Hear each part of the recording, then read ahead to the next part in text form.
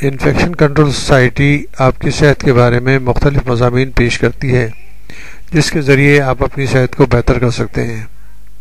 ہم آپ کو بتانا چاہیں گے کہ دانتوں کے صحت کے بارے میں اور دانتوں کے کیا مسائل ہیں اور کیا کیا مسائل آپ ان کو معلومات کر کے اور ان کے بارے میں مضامین سے استفادہ حاصل کر کے آپ اپنے دانتوں کو کس طرح بہتر رکھ سکتے ہیں۔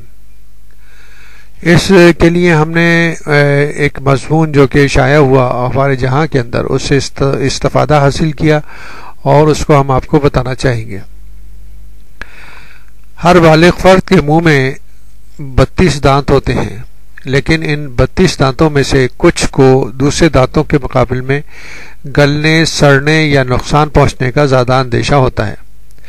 آئیے دیکھیں کہ امراض دنداں یعنی ڈینٹسٹ اور امراض دنداں کے ماہرین ہمیں ان خطرات کے بارے میں کیا بتاتے ہیں۔ ہم آپ کو ایک ایک مسائل کے بارے میں تفصیلی بتائیں گے تاکہ آپ کو ہر چیز سمجھ میں آ سکے۔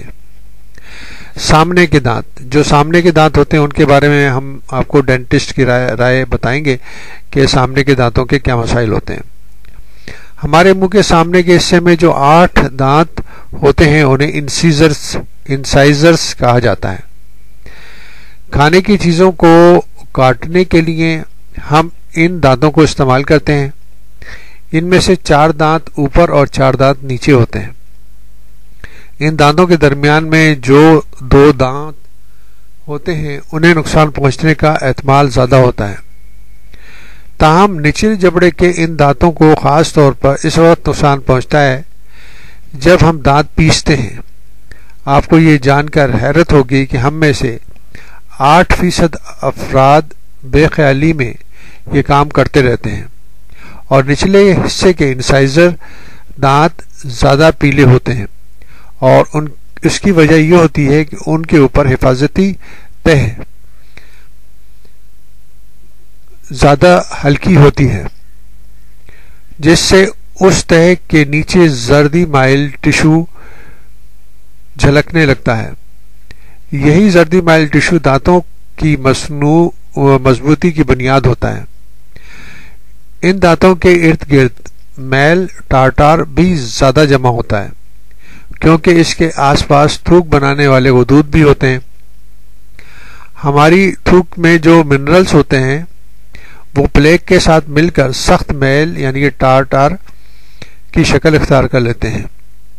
دانت کے نچلے کناروں کے ساتھ جمع ہونے والا سخت میل جب بڑھنے لگتا ہے تو اس کے نتیجے میں مسوڑے اور مسوڑے کی ہڈی کی جگہ سکڑ جاتی ہے، اور اس کے وجہ سے یہ دانت جو ہیں وہ کمزور پڑ جاتے ہیں اور بعض دفعہ اور مسائل بھی پیدا ہو سکتے ہیں جو کہ آگے کے دانتوں کے مسائل ہوتے ہیں۔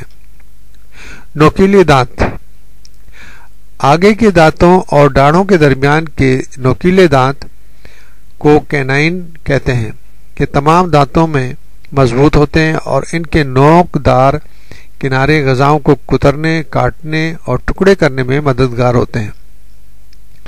یہ کل 4 دانت ہوتے ہیں، 2 اوپر اور 2 نیچے، اور سامنے کے 4 دانتوں میں سے آخری کے بعد ان کی جگہ ہوتی ہے۔